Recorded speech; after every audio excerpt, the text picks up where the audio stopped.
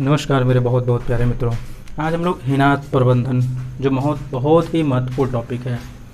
हिनात प्रबंधन deficit financing क्या होता है, इसके बारे में हम लोग चर्चा करते हैं। हम लोग पिछले वीडियो में कुछ पर्यावरण से संबंधित शब्दों के बारे में समझे थे, शीर्षक के बारे में समझे थे, टॉपिक के बारे में समझे थे, जिसमें क्या था, blue carbon, green carbon, carbon स्रोत, कार्बन सिंक, ठीक, ये सब के बारे में हम लोगों ने समझा था।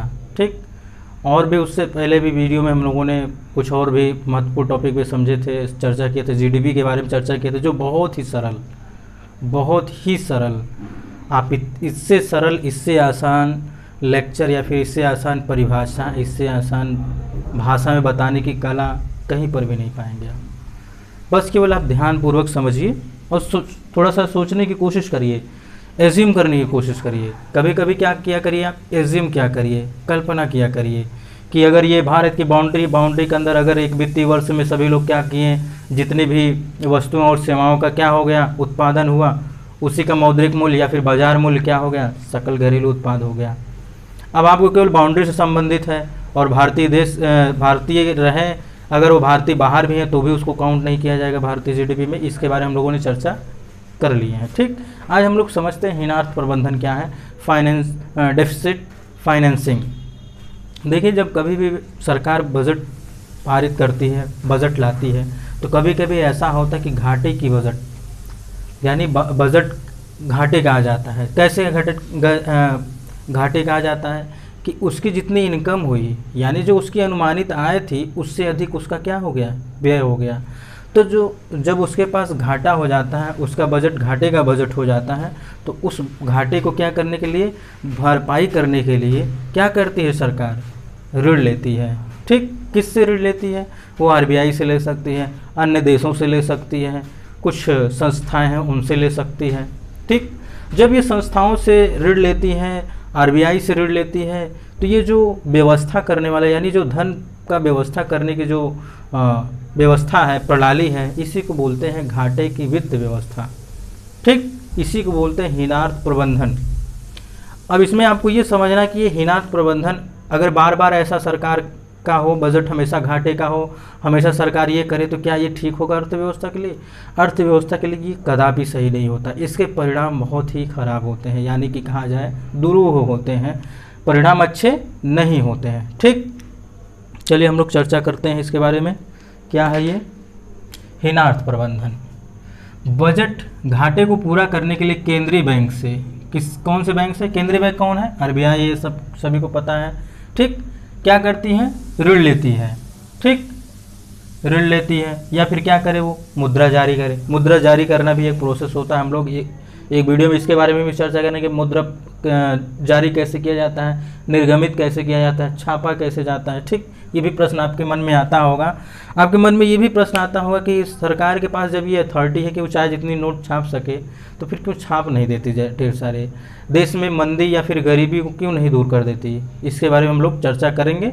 ये उत्सुकता आप अपने मन में बनाए रखिए। ठीक, उससे क्या इम्पैक्ट पड़ेगा हमारी अर्थव्यवस्था, उसके बारे में हम लोग चर्चा करेंगे। देखिए, अभी मैंने कहा ना कि अगर ये ऋण लेकर के या फिर इस नीति को, यदि हिनात प्रबंधन को अपनाते हुए अगर चला जाएगा या सरकार चलेगी, तो क्या इसका प्रभाव पड़ेगा? बहुत ही खराब प्रभाव पड़ेगा, या फिर कहा जाएगा ये उचित नहीं है।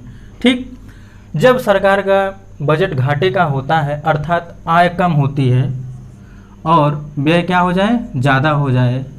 ठीक, आय कम हो जाए यानी उसके पास धन कम हो जाए, जो आने वाली मुद्रा थी, और वो क्या किया, खर्च ज़्यादा कर दिया, तो व्यय के इस अधिक को मतलब जो व्यय ज़्यादा कर दिया, ठीक, को केंद्रीय बैंक से ऋण लेकर अथवा अतिरिक्त पत्र मुद्रा निर्गमित कर पूरा किया जाता है। तो इस व्यवस्था की, इस घाटे की व्यवस्था क्या कहलाती है, वित्त व्यवस्था कहलाती है। इसी को बोलते हैं हिनात प्रबंधन। क्या बोलते हैं, हिनात प्रबंधन। सीमित मात्रा में तो इसको मान लिया जाता है कि हाँ ये ठीक ठाक है, ये कहा जाए तो ये स्टेपनी काम करती, काम चला लीजिए। क्या है, आप स्टेपनी को हमेशा यूज करेंगे? आपकी कार खराब हो गई, आपने क्या किया, पीछे टायर रखे थे या फिर स्टेपनी रखे थे, उसको क्या किया, इमरजेंसी में उसे इस्तेमाल कर लिए। क्या आप उसको हमेशा इस्तेमाल करते रहेंगे? साल भर 2 साल ऐसे ही इस्तेमाल करते हैं कि नहीं करेंगे ना। क्यों? क्योंकि वो केवल इमरजेंसी के लिए होती है। वैसे ये हिनात प्रबंधन क्या होता है, ये बहुत ही इमरजेंसी या फिर कहा जाए कि बहुत ही सीमित मात्रा में इसका उपयोग करना चाहिए। अगर ये ज़्यादा ऋण ले लेगी तो क्या प्रभाव पड़ेगा? मान लीजिए किसी संस्था से ऋण ले ली, ठीक, किसी वहाँ इंटरनेशनल अंतर्राष्ट्रीय संस्था से सरकार ने क्या कर लिया, ऋण ले लिया, तो इससे क्या होगा? इससे ये होगा कि उसे अतिरिक्त ऋण के साथ साथ उसे क्या चुकता करना पड़ेगा, उसे इंटरेस्ट देना पड़ेगा, यानी ब्याज देना पड़ेगा। जब वो ब्याज देगी तो ये ब्याज कहाँ से लाएगी? ब्याज तो हमारे देश के नागरिकों से ही लेगी, वो तो कहीं छाप तो नहीं रही है, फिर कहीं और से व्यवस्था करेंगे नहीं। अगर कहीं और से भी व्यवस्था करते फिर उसे ब्याज देना पड़ेगा। वो ब्याज कहाँ पर आएगी? वो हमारी अर्थव्यवस्था पर ही उसका इम्पैक्ट पड़ेगा। हमारी अर्थव्यवस्था का इम्पैक्ट का मतलब ये होता है कि हमारे देश के नागरिकों के ऊपर क्या हो जाएगा, टैक्सेशन बढ़ जाएगा, और भी टैक्स बढ़ जाएंगे, या तो टैक्स का रेट बढ़ जाएगा। तो इससे क्या होगा? इससे समस्याएं ही जनित होंगी। ठीक, तो मित्रों हिनात प्रबंधन आप समझ लीजिएगा। हिनात प्रबंधन से संबंधित जितने भी प्रश्न आए होंगे उसके बारे में आप लोग ज़रूर उसको सॉल्व करने की कोशिश करिएगा। यदि कोई प्रश्न नहीं होता है या फिर आपको ये समझ में नहीं आया हो, समझ में आया हो तो भी, नहीं आया हो तो भी आप कमेंट बॉक्स में और अवश्य कमेंट करिएगा। ठीक, हम लोग मिलते हैं नेक्स्ट वीडियो में नेक्स्ट टॉपिक के साथ। तब तक के लिए नमस्कार।